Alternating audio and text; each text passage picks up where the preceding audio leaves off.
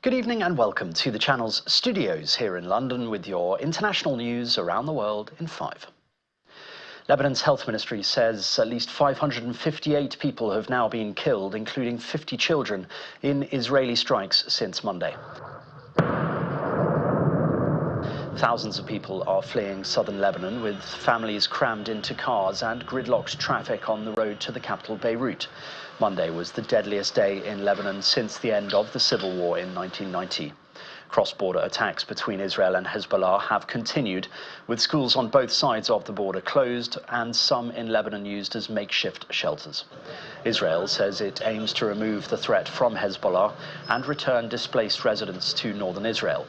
Hezbollah says it is resisting Israeli aggression and acting in solidarity with Palestinians in Gaza. Here, dashcam footage captured of a rocket falling onto an Israeli highway in the northern city of Tamra.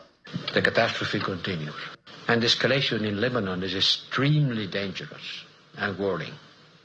I was in Lebanon some days before, just before the explosion of these electronic devices has been creating terror among the Lebanese population.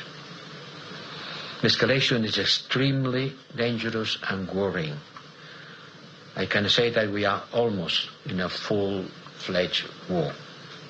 We should all be alarmed by the escalation. Lebanon is at the brink.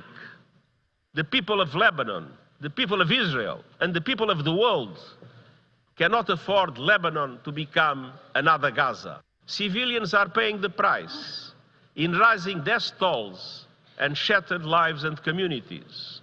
A court filing shows the suspected gunman arrested near Donald Trump's golf course wrote a note months earlier saying he intended to kill the former president. The letter, which begins, "Dear World, this was an assassination attempt on Donald Trump," was found in a box handed over by an unidentified civilian witness that also included ammunition, a metal pipe and 4 phones. Keep walking! Prosecutors say they will try to charge 58-year-old Ryan Routh with the attempted assassination of a major political candidate. Ukrainian President Volodymyr Zelensky has said the war with Russia could end sooner than people think. Speaking to US broadcaster ABC News, Zelensky said that the victory plan he will present to US President Joe Biden this week will require Ukraine's allies to strengthen the Ukrainian army. Mr. Zelensky said the plan is not about negotiating with Russia, but rather it is a bridge to a diplomatic way out to stop the war. 2 people are missing after torrential rain hit the Tuscany region of Italy, causing rivers to break their banks. According to the Italian Fire Brigade, searches have been underway since last night for a 5-month-old child and his grandmother. Here, eyewitness footage of a flash flooding triggered by heavy rains on the streets of Antibes in France.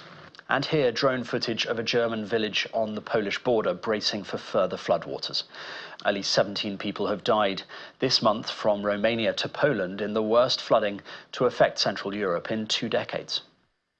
China's central bank has unveiled a major package of measures aimed at reviving the country's flagging economy.